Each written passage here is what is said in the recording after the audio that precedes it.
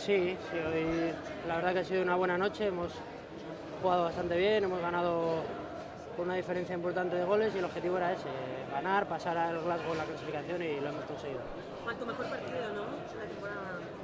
Bueno, no sé, me he sentido cómodo, creo que el equipo también y hemos llegado pues por dentro, por fuera, con ocasiones, creo que la afición también ha salido contenta, que era pues una asignatura pendiente que teníamos en casa y al final pues ha salido todo bien. Hacía falta un partido así.